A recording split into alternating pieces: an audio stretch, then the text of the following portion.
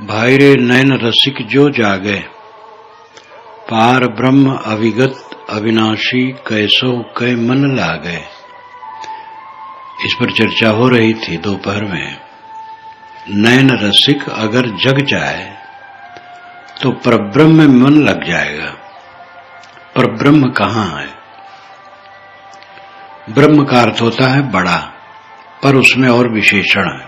परब्रह्म महान सत्ता, अविगत अविगति, अविगत जिसकी गति का पता न हो, अविगत जो प्राप्त न हो सके, अविनाशी जो नित्य हो। उपनिषद ने बताया है अहम ब्रह्मास्मि, अहम मैं ब्रह्म श्रेष्ठ अस्मि हूं। अहम ब्रह्म अस्मि, वह मैं हूं, ब्रह्म मैं हूं। तत्तमस वह मैं हूं। अयमात्मा ब्रह्म, ये आत्मा ब्रह्म है। ब्रह्म कहीं बाहर नहीं है, ब्रह्म आपका आत्मा है। जब नयन रसिक जग जाएगा तो आत्मा में मन लग जाएगा। दो सत्ता है, एक आत्मा एक अनात्मा। आत्मा आपका अस्तित्व है और अनात्मा जगत प्रपंच है। जगत प्रपंच में हमारा मन डूबा है, इसलिए आत्मा में नहीं लगता है। जगत प्रपंच से मन हटेगा तो आत्मा में लगेगा। भजन साधन का मुख्य पथ है विषयों से विरक्ति, दुनियादारी की मोह माया को कम करना। जितना जितना मन दुनिया से उपराम करोगे, मोड़ोगे, उतना उतना अंतर्मुख हो सकोगे। ये काम सबको शुरू करना चाहिए। आजकल में जीवन नहीं रहेगा और दुनिया की जिस चमक दमक में हम भूले हैं वो रहने वाली नहीं है। उस सेमल के फूल फल के समान सारहीन है। आज नहीं लगता है, लेकिन कुछ दिन में ये पता लगेगा। जो विवेकवान है उसको सब समय ये पता लगता है कि संसार सारहीन है। अमली लोग खुमारी तृष्णा कतहु संतोष न पावें। जो अमली हैं उन पर तृष्णा की खुमारी चढ़ी रहती है। अमली का मतलब है आदती। संस्कृत के अनुसार तो अमल का अर्थ है मल रहित होना, शुद्ध साफ, लेकिन यहां अमली का अर्थ है आदती। अमल आदत। अमल का अर्थ ये भी होता है अधिकार। अमल अधिकार हो गया और अमल आदत। अमली आदती। आदती के मन में तृष्णा की खुमारी चढ़ी रहती है। जो शराब के आदी हैं वो शराब पी के नाली में गिरते हैं, पदच्युति होती है, लेकिन फिर पीते हैं। उनके शराब पान से परिवार नष्ट हो रहा है जानते हैं, लेकिन फिर पीते हैं। जुआ की आदत। युधिष्ठिर जैसा महापुरुष समझदार और जुआ की आदत ऐसी। जब वन के समय में जब उनका वनवास हो गया था तो उन्होंने कहा था चर्चा में कि मैं इसलिए जुआ खेला था कि इंद्रप्रस्थ तो मेरा है ही, दुर्योधन का हस्तिनापुर भी मैं जीत लूंगा। ये तृष्णा। और एक बार हार गए तो फिर पीछे वही खेलना। जब दुर्योधन युद्ध में काफी हार रहा था तब उसने अपने वीरों से कहा था कि बड़ा मुश्किल हो रहा है, युधिष्ठिर को किसी प्रकार पकड़ लो और पकड़ करके ले आओ, तो उनको मैं ललकारूंगा तो फिर जुआ खेलेंगे।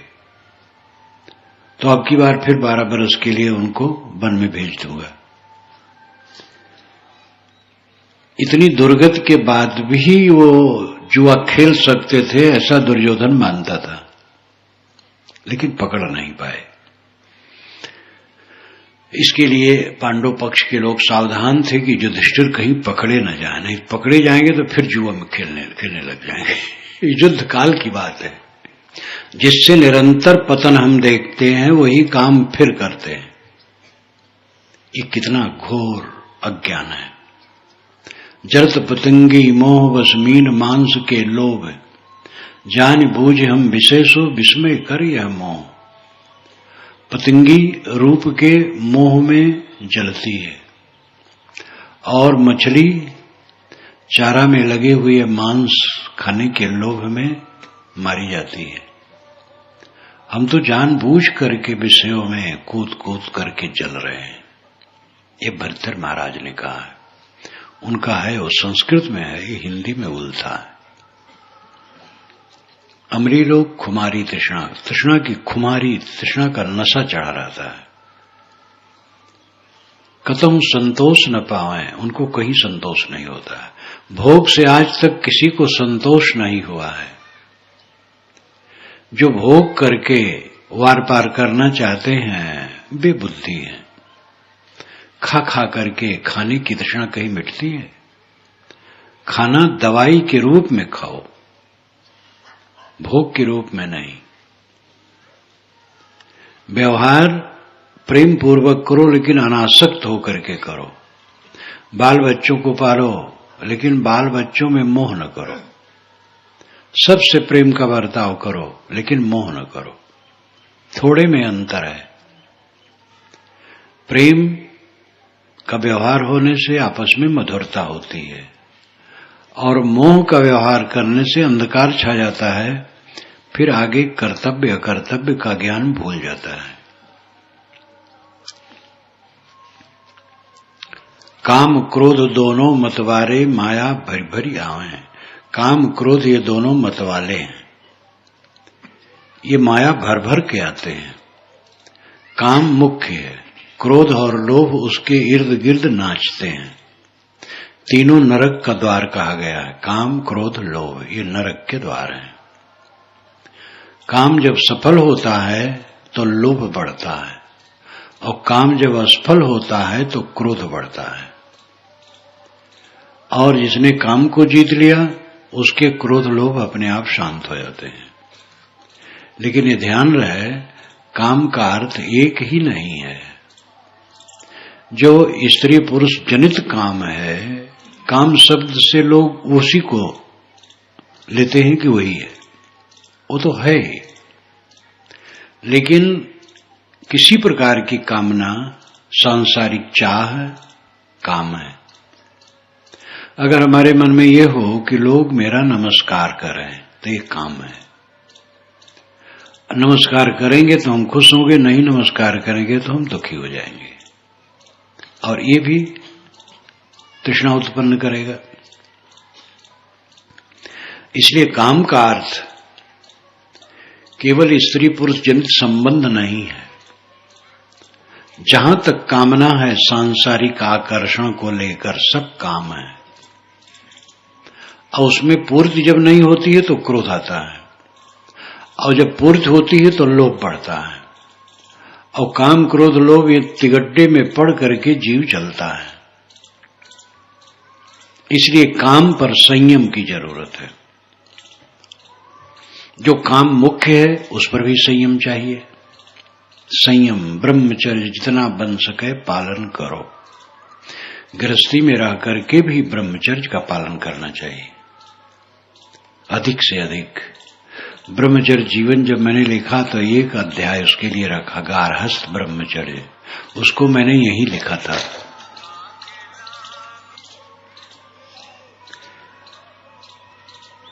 छत्तीसगढ़ में ही रह करके लिखा था, और यहां से जब लौटा तो गुरुजी समाज सहित सीधे चले गए बढ़ारा। उस समय अयोध्या नहीं था, और मैं एक दो ब्रह्मचारी लेकर के चला गया बनारस। वहां से छपा के तब बढ़ारा पहुंचा। ब्रह्मचर्य जीवन और उसमें एक अध्याय है गारहस्थ ब्रह्मचर्य, गृहस्थी में रह करके ब्रह्मचर्य का पालन, पर स्त्री से परहेज पूरा का पूरा। पर स्त्री की तरफ घूर करके न देखो, देखोगे मन विकारी होगा, क्या फायदा है। सहज दृष्टि रखो। देवियां पर पुरुष की तरफ घूर करके न देखें। ब्रह्मचर्य में एक ये अंग हो गया, पर स्त्री पर पुरुष से सदा बचना, अपने में भी संयम। जो नीति के अनुसार कहा जाए तो एक संतान हो जाए तो ब्रह्मचारी हो जाना चाहिए। आत्मा वही जायते पुत्र, ये हिंदू धर्मशास्त्र में कहा गया है। आत्मा वही जायते पुत्र,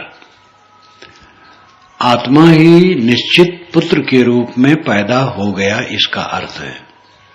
कोई आदमी अपनी पत्नी को गर्भाधान किया तो खुद अपनी पत्नी में आकर के मानो पुत्र रूप में हुआ और पैदा हो गया, इसलिए उसको जाया कहते हैं, पैदा करने वाली। तब जब पुरुष खुद अपनी पत्नी के गर्भ में जाकर के पैदा हो गया तो पत्नी तो मां हो गई, इसलिए अब नहीं। लेकिन ये बड़ा कड़ा नियम है, कोई दुर्लभ व्यक्ति की इसको इस ढंग से ले। वैसे यूरोप में ऐसे भी विवाह हुए हैं जो जीवन भर ब्रह्मचर्य पालन करने के लिए प्रतिज्ञा करके हुए हैं। दोनों युवक युवती ने प्रतिज्ञा की है कि हम दोनों ब्रह्मचर्य व्रत लेकर के रहे और विवाह किए हैं और एक दूसरे के सहयोगी रहे। ये तो और बड़ा कठिन है। गांधी जी 37 वर्ष की उम्र में ब्रह्मचर्य व्रत लिया था और जीवन भर पाला। तो एक संतान होने पर आत्मा वही जायते पुत्र, आत्मा यानी मनुष्य खुद, वही का मतलब है निश्चित, जायते पैदा हुआ पुत्र के रूप में, इसलिए पत्नी मां हो गई। ऐसा करना बड़ा कठिन है, कोई होगा, लेकिन एक दो संतान हो गए तो संयमी बनो। ज्यादा संयम न कर सको तो जितना बन सके संयम करो। जितना अपने को उसमें डालोगे उतना तनमन छीड़ करोगे, लाभ कुछ नहीं होगा। एक आदत खुमारी तृष्णा, इसलिए ब्रह्मचर्य का पालन अधिक से अधिक करना चाहिए। अन्य कामनाओं पर भी संयम होना चाहिए। महत्वाकांक्षी आदमी व्यवहार को बिगाड़ता है। जो बहुत महत्वाकांक्षी होता है वो अनेकों का हक मारता है। एक ही परिवार में एक भाई बहुत महत्वाकांक्षी है तो अपने भाई के हक को मारता है। युधिष्ठिर धृतराष्ट्र के पुत्र दुर्योधन की महत्वाकांक्षा ही थी कि पांडवों का राज्य भी हड़प करके ले लेना चाहते थे। युधिष्ठिर ने कहा था कि 5 गांव हमें दे दें, शर्त तो ये थी कि 13 वर्ष के बाद जब लौटें तो राज्य दे दिया जाएगा, लेकिन कुछ नहीं दिए।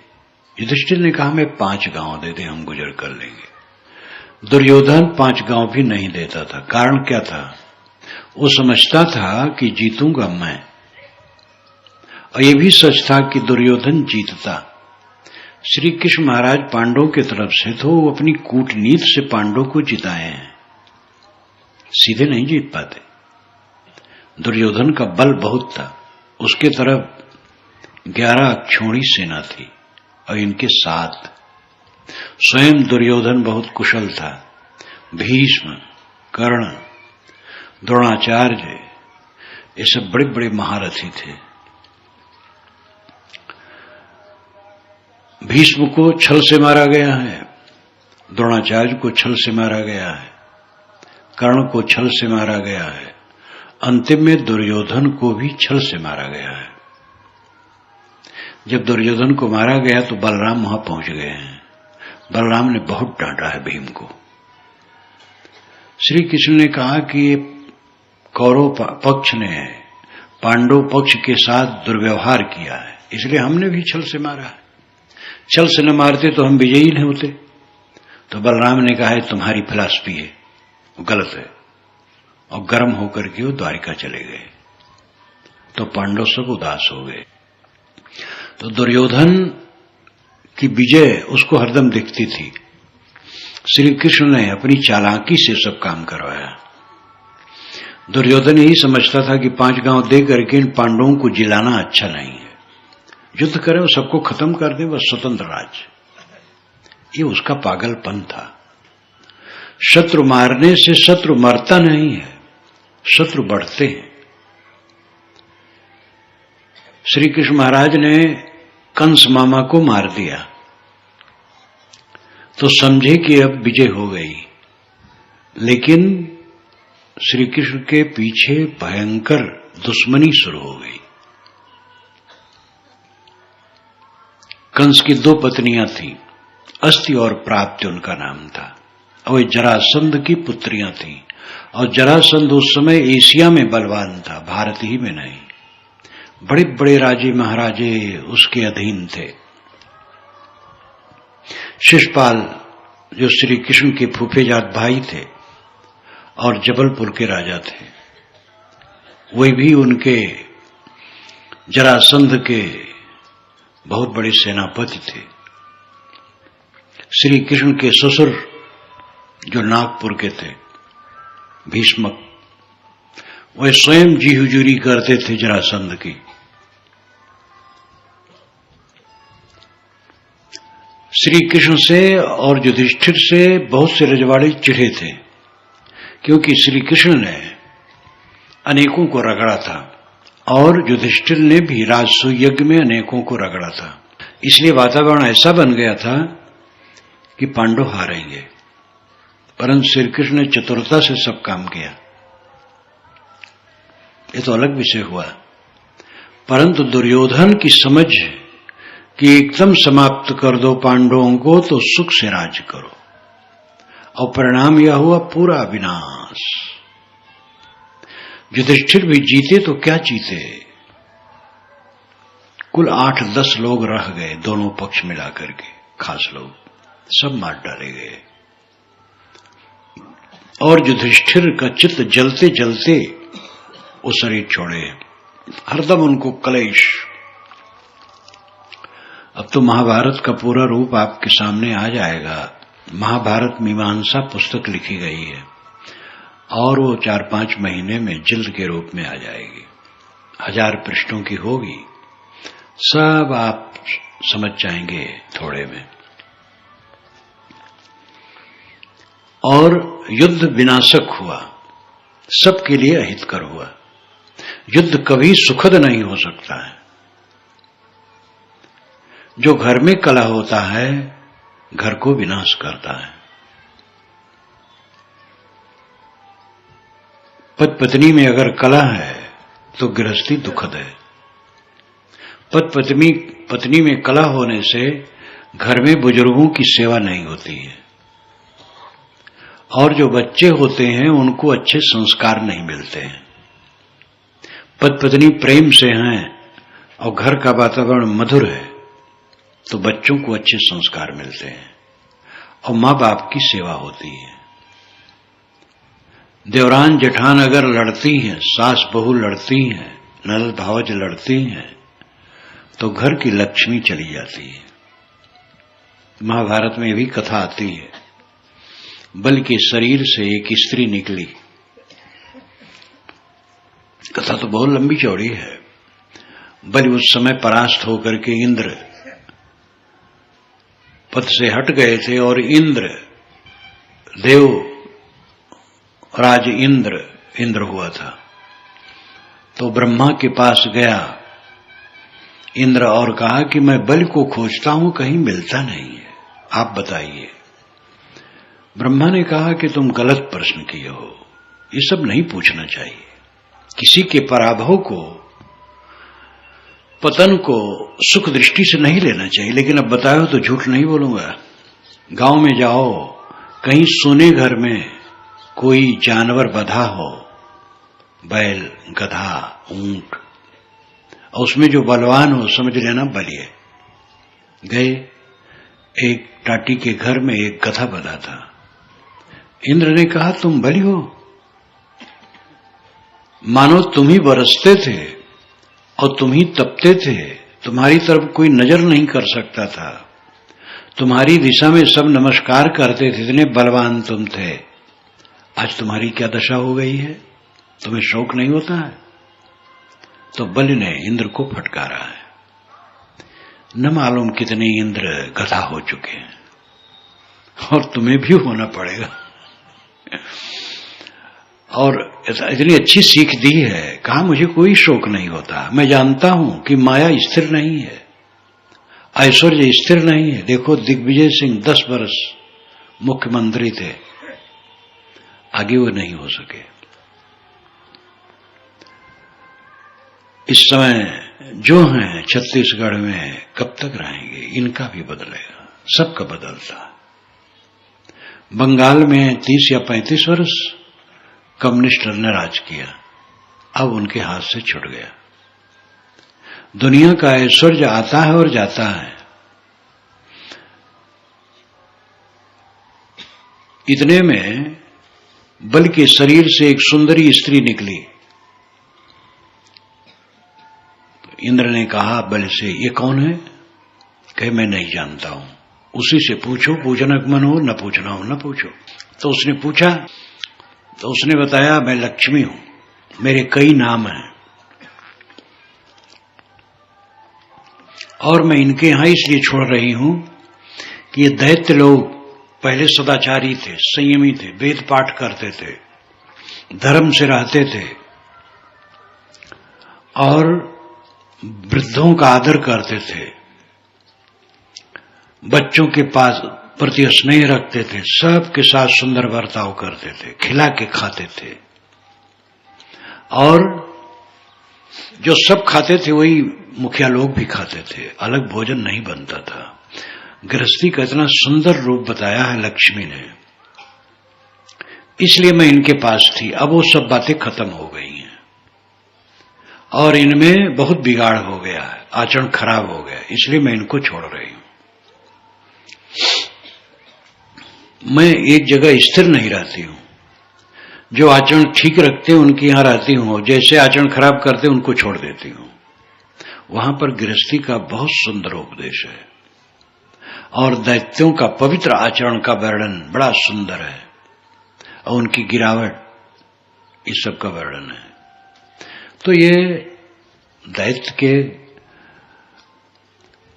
बलि के शरीर में से कोई स्त्री निकले ऐसा कुछ नहीं, तो रूपक है। खास बात यह है, जब आपस में सुमति है और प्रेम है तो सब सुख है, और जहां कुमति आई सब दुख है। पैसा का उतना महत्व नहीं है, प्रेम का महत्व है। फूस का घर है, भात सब्जी खाते हैं, भात नमक खाते हैं, लेकिन आपस में प्रेम है तो उस घर में स्वर्ग है। पक्का महल है और मेवे मिष्टान सब कटते हैं, कलह है तो नरक है। दुनिया की चीजें तो कम ज्यादा होती हैं, प्रेम सबसे बड़ी चीज है। घर में, परिवार में प्रेम का प्रवाह होना चाहिए। काम, क्रोध, लोभ, ये 3 नरक के द्वार हैं, तीनों से अपने को बचाना चाहिए। काम पर संयम करो, गृहस्थी में रहते हुए भी अधिक से अधिक इस पर संयम करो। अन्य कामनाएं भी संभालो, बच्चों से, पत्नी से, पति से, भाई से नाना कामना करके जो रहते हैं वो सुखी नहीं रहते। ये देवियां अपने पतियों को कोचती हैं, अगर ऐसी साड़ी चाहिए, ऐसे गहने चाहिए, ऐसी चीजें चाहिए, तो गृहस्थी खराब करती हैं। पति अगर पत्नी से तमाम कामनाएं रखता है तो कलह करेगा, बच्चे अगर माता पिता से तमाम कामनाएं रखते हैं तो कलह होगा। जहां कामना है वहां कलह है। कामना जीतो, सुख से रहो, संतोष से रहो। क्रोध से काम बिगड़ता है, परिवार के लोगों में उत्तेजना फैलती है।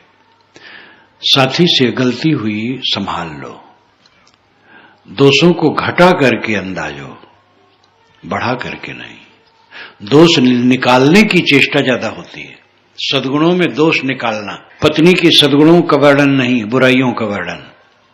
पति की अच्छाइयों का वर्णन नहीं, गलतियों का वर्णन। और गलतियों को बढ़ा चढ़ा करके कहना, ऐसे भाई का और किसी का, ये विनाश का लक्षण है।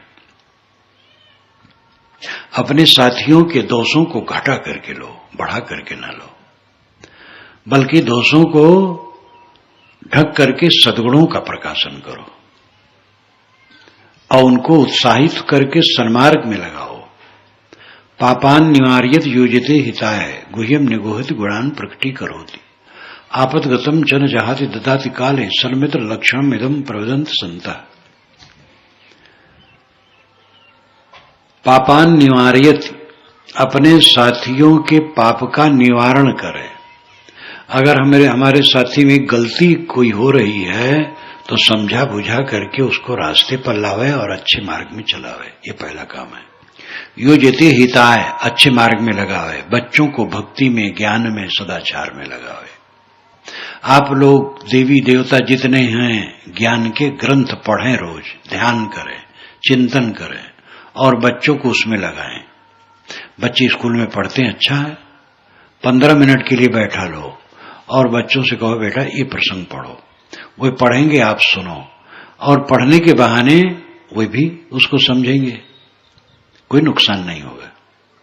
इसी छत्तीसगढ़ में था, 40 बरस पुरानी बात है, 50 हो रहा होगा। एक गोटिया का लड़का, मैंने कहा तुम ज्ञान के ग्रंथ पढ़ते हो?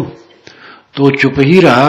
गोटिया ने कहा साहब इसको कोर्स की पुस्तकों से फुर्सत नहीं रहती है। तो मैंने डांटा उसको, मैंने कहा ये अखबार नहीं पढ़ता है, गली में बैठ के गप नहीं मारता है, तमाम ऐसा समय होगा जो बर्बाद करता होगा। 10-20 मिनट अगर ग्रंथ पढ़ेगा तो कोर्स की पुस्तकें फेल हो जाएंगी सब। तो चुप हो गया। तो दुर्भाग्य यह है कि आप लोग अपने बच्चों को सिखाते नहीं, क्योंकि स्वयं भी लगन नहीं रखते। पूजा करने वाले हैं तो 1 घंटा बैठ के पूजा करते हैं। पूजा एक यांत्रिक क्रिया है, लेकिन करते हैं जो करते हैं। आप अगर आधा घंटा ही ज्ञान का ग्रंथ पढ़ें तो उससे बहुत लाभ होगा। सुबह से शाम तक तो खुराफात ही दिमाग में आती है, दुनिया भर का प्रपंच। उस खुराफात को काटने के लिए ज्ञान चाहिए, और वो ज्ञान है सत्संग में और सदग्रंथ और चिंतन में। सत्संग सब समय दुर्लभ है, चिंतन तो जब तब होगा जब अध्ययन मनन हो। इसलिए सदग्रंथ सबसे सरल साधन है। ज्ञान के ग्रंथ रखो और पढ़ो, आधा घंटा पढ़ोगे रोज तो इसका परिणाम बड़ा अच्छा होगा। पापान्यवार्यत युजति गुह्यम निगुहति, अपने साथियों के दोषों को छिपा दो, उद्घाटित न करो। गुणान प्रकटी करो, गुणों को प्रकट करो, उनकी अच्छाइयों को कहो लोगों से। आपतगतम च न जहाति, आपत्ति काल में भी उनका त्याग न करो। वे कष्ट में पड़ गए, विपत्ति में पड़ गए, अर्थ संकट में पड़ गए, रोग में पड़ गए, तो त्याग न करो, सेवा करो। ददाति काले, समय आने पर दे करके भी कुछ रक्षा करो। सन्मित्र लक्षण मेदम प्रवदंत संता, संत ऐसा कहते हैं कि यही सतमित्र का लक्षण है। ज्यादातर परिवार में ये होता है, एक दूसरे को कोंच, दूसरे की तनिक भर बुराई बढ़ा के कहना, अच्छाई न कहना, कट व्यवहार करना, आपाधापी करना, छल छद्म करना, इससे परिवार में नरक हो जाता है। लोभ पाप का बाप है। ये कहानी तो आप कई बार सुने होंगे। एक ब्राह्मण देवता काशी में पढ़ने गया, विवाह तो पहले हो गया था, बाल विवाह चलता था, और गया 25 वर्ष की उम्र में, पढ़ करके जब आया तब गौन आया। रात में पत्नी मिली, पत्नी अनपढ़ थी, क्योंकि स्त्रियों पर प्रतिबंध हो गया था ये पढ़े ना। स्त्री और शूद्र इनसे पढ़ना भी छीन लिया गया था। एक बहुत बड़े वर्ग को शूद्र कह दिया गया और नारियां ये पढ़े ना। अब जमाना बदला, सब ठीक हो रहा है। वैदिक युग में ऐसा नहीं था। अपने ढंग से सब कुछ सीख के लिए छूट थी और सब आगे बढ़ते थे। वेद मंत्रों की रचयिताएं 1 दर्जन से अधिक नारियां हैं। अगर वो विद्वान न होती तो वेद मंत्र की रचना कैसे करती। भले उस समय पुस्तकें नहीं थी, एक दूसरे को पढ़ते पढ़ाते थे, ऐसे चलता था। तो नारियों की शिक्षा नहीं थी। जब जिस समय की ये कहानी कहता हूं, ब्राह्मण देवता रात में जब पत्नी से मिले, पत्नी अनपढ़, लेकिन उसने कहा आप सब विद्या पढ़ लिए? कहे पढ़ लिया। कहे पाप का बाप क्या है? कहे तो नहीं पढ़ा, ये तो बेकार हुआ पढ़ना। पंडित जी 12 वर्ष तक पढ़े थे, 25 वर्ष की उम्र में आए थे, गौन लाए और रात में पत्नी से हार गए, अनपढ़ स्त्री से। तो उनको चोट लगी, सुबह चले गए काशी। जहां वो रहते थे वहां एक वेश्या भी पास में रहती थी, वो जानती थी। कहे महाराज आप चले गए थे, कैसे लौट आए? तो बताया। उसने कहा मैं बता दूं कि पाप का बाप क्या है, आइए मेरे घर। गए, बैठे, उसने जलपान लाया, मिठाई, फल और 5 सरफियां। अब पंडित जी सोचे ये वेश्या के हाथ का पानी कैसे पीऊं, लेकिन 5 सरफियां कम नहीं है। अगर जलपान न करूं तो सरफियों को लेने का अधिकारी नहीं हूं। तो सोचे वेश्या कोई मिठाई फल में घुसी थोड़े। खा गए, पानी पी गए, 5 सरफियां रख लिए। दोपहर को भोजन का थाल लाई और 50 सरफियां। अब पंडित जी सोचे जलपान कर लिया, भोजन तो नहीं करूंगा। फिर मन ने कहा ये 50 सरफियां कम नहीं होती हैं, जीवन में कमाते कमाते 50 सरफी कर पाओगे कि नहीं। फिर उठाओ पटक चला और भोजन कर लिए। चलने लगे तो कहे बताओ पाप का बाप क्या है। वेश्या ने कहा अभी बताना बाकी है। और सरफियां न होती तो आप न जलपान करते न भोजन करते। पाप का बाप लोभ है। धृतराष्ट्र लोभ से ही ढील रखे दुर्योधन को। दुर्योधन लोभ से ही ऐसा काम किए और युधिष्ठिर भी लोभ करके जुआ खेले और लोभ करके सब विनाश कर डाले। श्री राम में लोभ नहीं था, इसलिए राज छोड़ के चले गए। भरत में लोभ नहीं था, इसलिए उन्होंने राज ग्रहण नहीं किया। राम नहीं आए तो उन्होंने राज्य की सेवा की। इसलिए राम और भरत में भाईचारे का बर्ताव हुआ, दोनों लोभ के त्यागी। और कौरव पांडव दोनों लोभी कट के मर गए। ये हमारे यहां के 2 महाकाव्यों के निर्देश हैं। अब जो समझ में आवे करो। लोभ करोगे तो अपने भाई को भाई नहीं समझोगे। भाई जैसा प्यारा कौन है। भाई से प्रेम करो, पैसा मूल्य नहीं रखता है। व्यवहार में धन धन नहीं है, जन धन है, ये ध्यान दो। व्यवहार में धन धन नहीं है, जन धन है। पैसा है, खेत है, मकान है, ये धन नहीं है। आपके परिवार के लोग आपके धन हैं। वे आपस में खुश रहें तो मानो आप महाधनी हैं। अब अगर पैसे, जमीन, मकान के लिए लोभ करोगे, कलह करोगे, तो जन से बैर करोगे। जन नाम प्राणी। परिवार से बैर करोगे और तकलीफ होगी। जिन लोगों के साथ में हम हैं वे हमारे धन हैं। वे खुश रहें तो सब सुख है। पत्नी खुश है, पति खुश है, पुत्र खुश है, माँ बाप खुश हैं, वो घर स्वर्ग है। और जहां सब नाखुश, सब एक दूसरे को कटु कहने वाले, ईर्ष्या करने वाले, बुराई करने वाले, अवापा धापी खींचातानी, वहां नरक है। इसलिए धन धन नहीं है, जन धन है।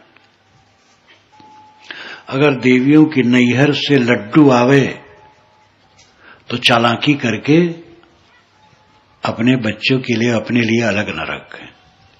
लड्डू आया तो घर में जो बुढ़िया है उनको दे दे, वो सबको दे देगी, अथवा स्वयं सबको दे दे। अब नैहर से लड्डू आया तो छांट करके अपने लिए रख ली, सब घर में दी, तो लड्डू में क्या, लड्डू में कोई लाभ थोड़े है। मिठाई ज्यादा खाओ तो नुकसान ही होगा, मन खराब हो जाएगा, सब जान जाएंगे और मन खराब होगा कि इन्होंने लड्डू चुराया। एक उदाहरण हुआ। आपके साथ जो रहते हैं वो धन है, उनमें प्रेम होना चाहिए। चीजें आती जाती रहती हैं, काम, क्रोध, लोभ, ये तीनों को जीतने की जरूरत है। गृहस्थ विरक्त कोई भी हो, सब सुख चाहते हैं, सब इसको जीतो। ब्रह्म कुलाल जड़ाइन भाटी लय इंद्री रच्चा है। ब्रह्म यहां रजोगुण है। रजोगुण भाटी चढ़ाता है और शराब बनाता है, इन्हीं अहंकार पैदा करता है। और इंद्रियों के रस में सब डूबे हैं। संगहि पोच हुए ज्ञान पुकारे, चतुरा हुए सुपावे। मन में बुराई है और ज्ञान की बात कहते हैं, और कहते हैं कि जो चतुर होगा वो भोग योग एक साथ करेगा। ये धांधलेबाजी है। भोग योग एक साथ नहीं होता है। भोग का त्याग करने से योग होता है। जिस क्षण में आप योगी हैं उस समय भोगी नहीं होंगे, जब भोगी होंगे तब योगी नहीं होंगे। इसलिए भोग को घटाओ, योग को बढ़ाओ। साहब की वाणी में आता है, भोग में योग सिखावे, संतोष सो सदगुरु मोहि भावे, जो आवागमन मिटावे। बड़ा मार्मिक शब्द है। उसी बीच में आया है, भोग में योग सिखावे। सदगुरु भोग में योग सिखाते हैं। तो गृहस्थ महंत कहते, देखो कबीर साहब ने कहा है भोग करो, उसी में योग हो जाएगा। ये अर्थ नहीं है। अर्थ है कि भोगी को सदगुरु योग सिखाते हैं। योगी को क्या योग सिखाया जाएगा, वो तो योगी है ही। भोग में योग सिखावे। सब जीव भोगी हैं। भोगी का मतलब मन और इंद्रियों द्वारा दुनिया की वस्तुओं में आसक्त है। मन सहित इंद्रियों द्वारा विषयों में चिपकाहट भोग कहलाता है। और मन सहित इंद्रियों द्वारा केवल जीवन निर्वाह लेना और अनासक्त रहना, ये योग कहलाता है। तो सदगुरु योग, भोग में योग सिखाता है। सदगुरु बताता है कि तुम अब भोग से ऊपर उठ करके योग करो, आसक्ति को जीतो, हर तरफ आसक्ति को जीतो। सच्चा सुख आसक्ति पर विजय करने से होता है। संकट सोच पोच यह कलिमा, बहुतक व्याधि शरीरा, जहां धीर गंभीर अति निश्चलता उठ मिलो कबीरा। दुनिया में संकट है, सोच है, पोच है, अनेक प्रकार की व्याधियां हैं। पूरा संसार एक रोग है जीवात्मा के लिए। जीवात्मा शुद्ध बुद्ध निर्मल है, उसमें कोई पीड़ा नहीं, कोई संताप नहीं। आप जीवात्मा है, देह नहीं है। और देह स्वाभाविक देह ही रोग है। देह में रोग होना एक अलग है। आध्यात्मिक दृष्टि से देह ही रोग है आत्मा के लिए। और इसमें एक एक प्रपंच, जन्म हुआ दुख शुरू हुआ। मनुष्य का बच्चा तो जन्मता और रोना शुरू कर देता है और जीवन भर रोता है। बच्चे रोते हैं, जब बचपना चला जाता है तब शिकायत शुरू होती है। बच्चे रोते तो नहीं, शिकायत करते, हमें ये चाहिए, ये चाहिए, ये नहीं मिला, ये नहीं मिला। माता पिता शिकायत करते हैं बच्चे की, पत्नी पति की, पत्नी की शिकायत, भाई भाई की शिकायत, जीवन भर शिकायत जीवन में रहती है। ये रोना है। रोते रोते जन्मना, शिकायत करते करते जीना और पछताते पछताते मरना, ये पूरा जीवन असफल जीवन है। रोते रोते जन्मना, ये तो प्रकृति का स्वभाव है मनुष्य का। मनुष्य का बच्चा जब जन्मता है तब रोता है, उसको बदला नहीं जा सकता है। शिकायत करना बंद हो तो आप सफल हैं। पत्नी की शिकायत न करो, पति की शिकायत देवियां न करें, सास बहू की, बहू सास की शिकायत न करे, देवरान जेठान एक दूसरे की शिकायत न करें। शिकायत करना छोड़ो। शिकायत करना रोना है और व्यवहार को बिगाड़ना है। जो शिकायत, जिसके जीवन में शिकायत नहीं रह जाती है, वो रोते रोते नहीं मरता है। शिकायत वाला आदमी रोते रोते मरता है, झंक झंक के मरता है, पछता पछता करके मरता है। शिकायत है तो रोना है।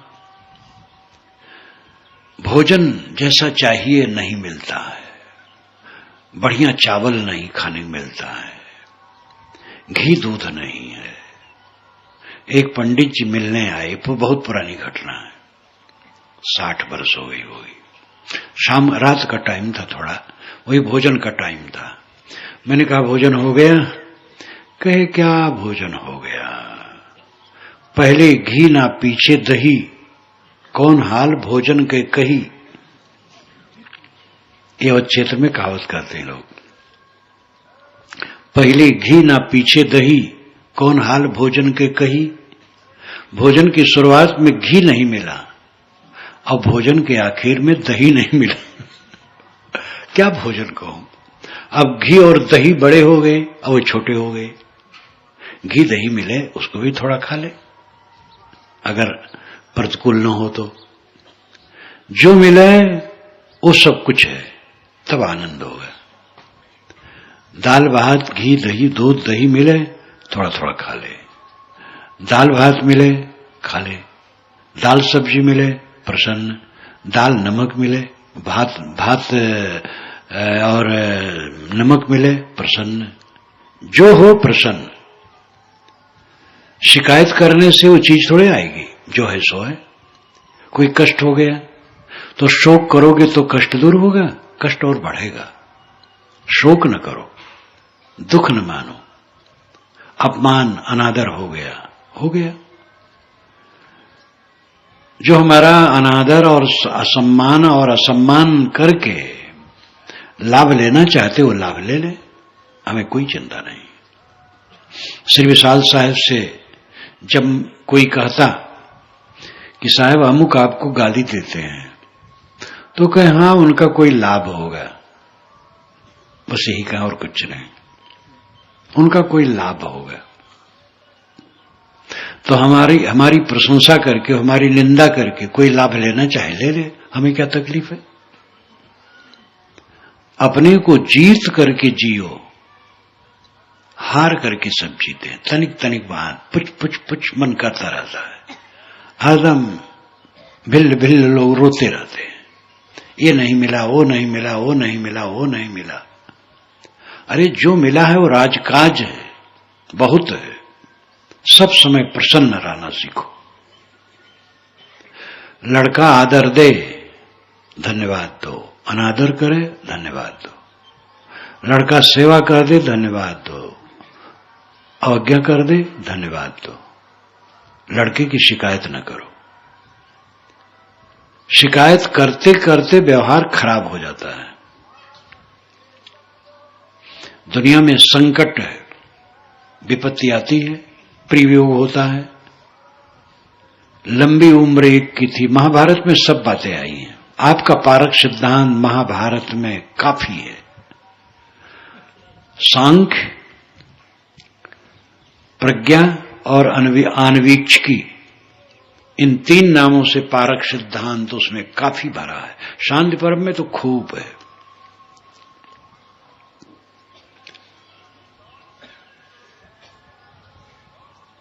क्लेश मानने से क्लेश बढ़ता है, क्लेश मत मानो। हमारा अधिकार नहीं है कि दूसरे का मुंह बंद कर दे, अपना मुंह बंद करे। शिकायत कोई हमारे लिए करता, खूब करे, खूब करे, हम उसकी शिकायत नहीं करेंगे। कोई गाली देता है, दे गाली, जितना देना हो दे। अगर वो गाली बंद कर दे तो आप हाथ जोड़ करके कह दीजिए भैया और दो, देखो उसकी गाली मर जाएगी। आपकी पत्नी ही अगर बिगड़ गई है और गुस्से में है और कट कह रही है तो सुन लो चुप होकर के, कुछ न कहो, फिर वो अपने आप ठंडी हो जाएगी।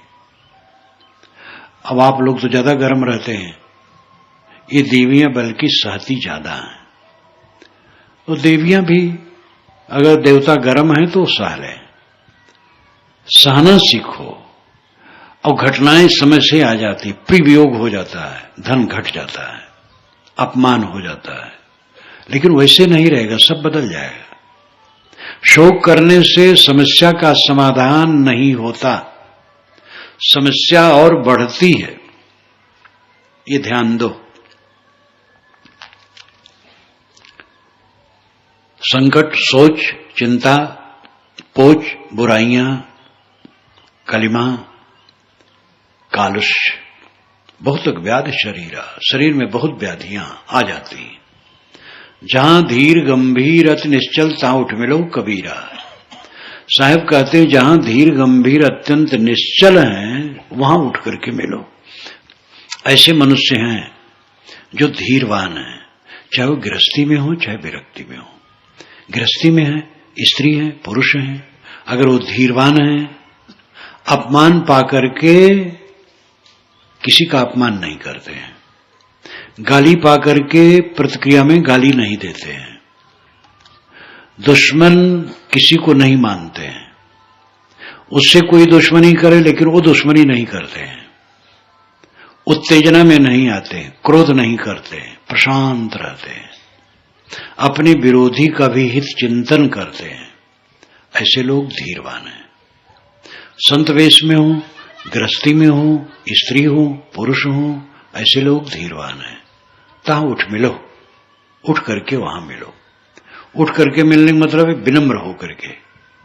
जब कोई बड़ा हमारे पास आता है तो हम उठ करके मिलते हैं। तो ऐसा आदमी बड़ा है, ज्ञान तो बहुत हो जाता है। हम लोगों के पास ज्ञान कम थोड़े है। जितने लोग यहां बैठे हैं अभी अवसर दो, सब ज्ञान की बात अपनी भाषा में कहेंगे, सबके ज्ञान है। लेकिन असली ज्ञान उसके पास है जो अपने अज्ञान को जीतता है। क्रोध अज्ञान है, काम अज्ञान है, लोभ अज्ञान है, झगड़ा करना अज्ञान है, ईर्ष्या द्वेष करना अज्ञान है, कलह करना अज्ञान है। इसको जीते वो ज्ञानी है। शास्त्र का ज्ञान तो बहुत है, बहुत जानते हैं, बहुत पढ़े हैं, दिमाग में भरा है, और कहने को कहते रहे घंटों, वो काम नहीं करेगा, आचरण काम करेगा। अपनी त्रुटियों को देखना और उसको निकालना ज्ञान है। क्रोध को जीतना ज्ञान है, काम को जीतना ज्ञान है, मोह को जीतना ज्ञान है, लड़ाई न करना ज्ञान है। महाभारत में एक बड़ा बढ़िया मंत्र आता है, नहीं सप्तः प्रतिसपामि किंचित दमम द्वारम अमृतस्यो वेदिम गुह्यम ब्रह्म तदिदम ब्रवीम नहीं मांसा श्रेष्ठतरम ही किंचित। जो मुझे गाली देता है मैं उसको थोड़ी भी गाली नहीं देता हूं। ये पहली पंक्ति का अर्थ है। नहीं सप्तः प्रतिसपामि किंचित। भिन्न भिन्न भाषा में भिन्न भिन्न लहजा होता है। सीधा अर्थ अपनी भाषा में करें तो यही है। नहीं सप्तः, सप्त का मतलब है गाली खाया हुआ। मैं गाली खाया हुआ हूं, मुझे लोग गाली दिए, लेकिन प्रतिसपामि किंचित न, थोड़ी भी गाली मैं नहीं देता हूं। जो मुझे गाली देता है उसको मैं थोड़ी भी गाली नहीं देता हूं। क्यों? दमम द्वारम अमृतस्यो वेदिम। मैं जानता हूं कि आत्म दमन ही अमृत का द्वार है। अपने मन को मार लेना ही अमृत का द्वार है। मुझे गाली कोई देता है, मैं उसको गाली नहीं देता हूं, क्योंकि मैं समझता हूं कि अपने मन को मार लेना अमृत का द्वार है। साहब ने कहा, आवत गाली एक है, पलटत होए अनेक, कहें कबीर न पलटिए, वही एक की एक। और दूसरी बात है, नहीं मानसा श्रेष्ठतरम ही किंचित, मनुष्य से बड़ा कुछ नहीं है। ये कबीर विचार जैसा विचार महाभारत में है, मनुष्य से बड़ा कुछ नहीं। गुह्यम ब्रह्म तदिदम ब्रवीम, गुह्यम नाम गूढ़, ब्रह्म यहां रहस्य है, गूढ़ रहस्य मैं कहता हूं। मनुष्य बड़ा कुछ नहीं है। ज्ञान विज्ञान का स्रोत कहां है? तेल का, पानी का स्रोत जमीन में है। रत्न, पत्थर, कोयले की खान जमीन में है। ज्ञान की खान और स्रोत कहीं नहीं है, वो मनुष्य है। इसलिए मनुष्य श्रेष्ठ है, मनुष्य का आदर करो। तो जहां धीर गंभीर अति निश्चल तहां उठ मिलो कबीरा। ऐ लोगों, जो धीर गंभीर अत्यंत निश्चल हैं, उनसे उठ के मिलो, उनसे प्रेरणा लो। ये भक्ति पक्ष है। ठंडी लगी है तो आग के निकट जाओ, गर्मी लगी है तो पानी के निकट जाओ।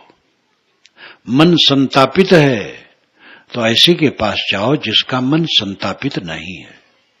धन्य है वह जिसका मन जलता नहीं है। क्रोध, काम, लोभ, मोह, राग, द्वेष, ईर्षा, चिंता, उद्वेग में जलता नहीं है। संताप शून्य मन जीवन की ऊंचाई है। यही ब्रह्म की प्राप्ति है। ब्रह्म आप खुद हैं, परमात्मा आप खुद हैं। मन के विकारों को छोड़ें, शीतल हो जाएं, परम शीतल। बिस्तर पर जाओ, शांति से सो जाओ, कोई मन में कलह उद्वेग नहीं। रात भर सो, जगो तो मन में कोई कलह खड़ा ना हो। प्रशांत मन, दिन भर का सारा काम आनंद से करो, हिल मिल के, प्रेम से, मिलजुल कर। और साधन भजन भी करो। सुख से सो, सुख से जागो, सुख से जियो। जो ऐसा करेगा वो सुख से मरेगा, उसी का जीवन सफल है। जो सुख से जागेगा, सुख से सोएगा, सुख से जिएगा, वो सुख से मरेगा। सुख कहां है? मन को मारने में। सब बात में मन को मारो। खाने, पीने, पहनने, ओढ़ने, रुपये, पैसे, मान बढ़ाई, संबंध, व्यवहार, सब में अपने मन को मारो, बस सुखी रहो। मन नहीं मारोगे, कभी भी सुखी नहीं रहोगे। एक धनी आदमी रहे, खाने कितना नखरा रहे उनका, अनेक प्रकार की चीजें बने और हरदम वो रसोइया को डांटते ही रहे। उनकी तृष्णा कहीं पार हो पाती है? तृष्णा को कोई पार पाता है? सब प्रकार की तृष्णा का त्याग, संतोष और शांति, ये जीवन का सच्चा सुख है। सच्चा सुख मन का सुलझाव है। सच्चा सुख स्त्री पुरुष का संबंध नहीं है, जो काम को बहुत बड़ा मान बैठे हैं सुख। वो तो अपने को छीण करना है, उसमें संयम करो। सच्चा सुख जीव का स्वाद नहीं है। सच्चा सुख कोई बड़े ऊंचे पद में जाना नहीं है। सच्चा सुख बहुत पैसे में नहीं है। सच्चा सुख मन के सुलझाव में है, शांति में है। और मन का सुलझाव वही कर सकता है जो अपने मन को देखेगा और मारेगा। तो साहब कहते हैं, भाई रे नयन रसिक जो जागे, पार ब्रह्म अविगत अविनाशी, कैसो कै मन लागे। अरे भाई, जो नयन रसिक जग जाए, यदि ये इंद्रियों का लंपट जीव जग जाए और अपनी लंपटता धीरे धीरे छोड़े, तो अविनाशी परब्रह्म में इसकी स्थित हो जाएगी। परब्रह्म राम, खुदा, गॉड, निर्वाण, कल्याण, मोक्ष, ये विविध मतों द्वारा शब्द कहे जाते हैं। इन सभी शब्दों का एक ही अर्थ है, आत्म शांति। आत्म शांति ही ब्रह्म और राम की प्राप्ति है, खुद सिनासी है, अल्लाह में मिल जाना है, बका है, कैवल्य है। भाषा अलग अलग है। भगवत प्राप्त पुरुष हुए हैं, लोग कहते हुए भगवत प्राप्त हैं। उनके पास जाओ तो किसी भगवान को नहीं बैठाए हैं। भगवत प्राप्त का मतलब क्या होता है? आत्मा भगवान है। जो आत्मा में लीन है, आत्मा में संतुष्ट है, आत्मा में तृप्त है, वो भगवत प्राप्त है। वही राम में लीन है। राम अंतरात्मा है। जो आत्मा में लीन है उसको आत्मा राम कहते हैं। आत्मा राम, सब समय आत्मा में रमने वाला। और ये नयन रसिक के जगने से होगा, इंद्री लंपटता को दूर करने से होगा। धीरे धीरे ये काम सब करो। घर गृहस्थी का अपना काम करो और सब लोग जितने नर नारी हैं 1 घंटा समय निकालो। आप लोग इसमें बहुत कच्चे, इतनी भीड़ बैठी है, सर्वेक्षण करो तो बहुत कम लोग होंगे जो रोज 1 घंटा या आधा घंटा ही बैठ करके अध्ययन ध्यान चिंतन करते हो। समय बर्बाद करते हैं। आज तो टीवी और नाशक, टीवी में चिपके, सुबह अखबार और रात में टीवी, बस हो गया बेड़ा पार। अखबार कम पढ़ो, टीवी कम देखो, सब समय निकालो। सब लोग 1 घंटा आधा घंटा अलग बैठो और रोज अध्ययन ध्यान चिंतन करो। देखोगे 1 महीने में कितना चित्त में फर्क पड़ा है, और फर्क पड़ता चला जाएगा। इन बातों पर ध्यान दो तो निश्चित है रास्ता मिलेगा और शांति मिलेगी। शांति ही जीवन का परम सुख है। इस पर ध्यान दो। संत लाओत्जी का एक वचन अंत में कहूं, उन्होंने कहा है कलह में स्वर्ग नहीं है और स्वर्ग में कलह नहीं है। जिसके मन में कलह है उसके मन में स्वर्ग नहीं, सुख नहीं है। और जिसके मन में स्वर्ग है, सच्चा सुख है, शांति है, उसके मन में कलह नहीं है। जिसके जीवन से कलह खत्म हो गया वो जीवन मुक्त हो गया।